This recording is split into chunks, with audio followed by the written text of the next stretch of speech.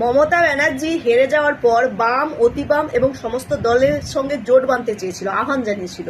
তাতে শতরূপ ঘোষ বলেছে এই রকম চোরকে আমাদের দলে কোনো জায়গা নেই, সঙ্গ তো দেওয়াই যাবে না।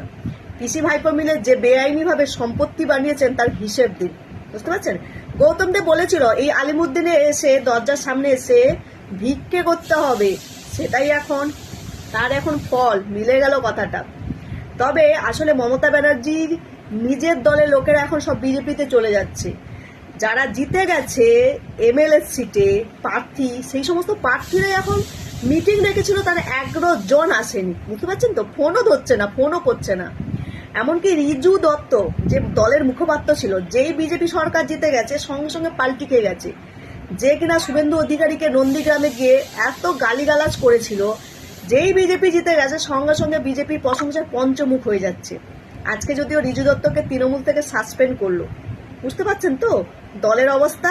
তাই বামদেরকে চাইছে, বাম নেবে না চোরের রানীকে।